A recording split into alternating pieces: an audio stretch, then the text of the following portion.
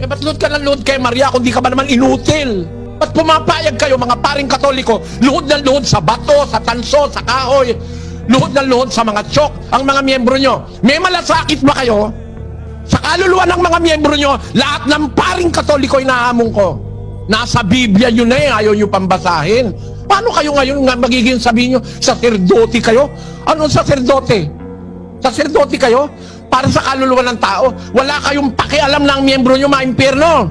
Dahil pinayagan nyo at kayo pa ang promotor na sambahin si Maria. Hindi naman Diyos yan eh.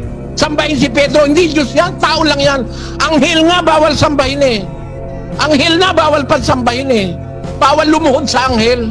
Nasa Biblia, di nyo binabasa. Napakawalang hiya nyo mga pare. Pero mga miyembro mo kinukonsinti mo lumuhod sa bato. Anghel na nga eh, buhay na anghel. Ayaw pumayag kay Juan na huwag kang lumuhod sa akin. Yung buhay na Pedro, lumuhod si Cornelio, hindi pumayag si Pedro.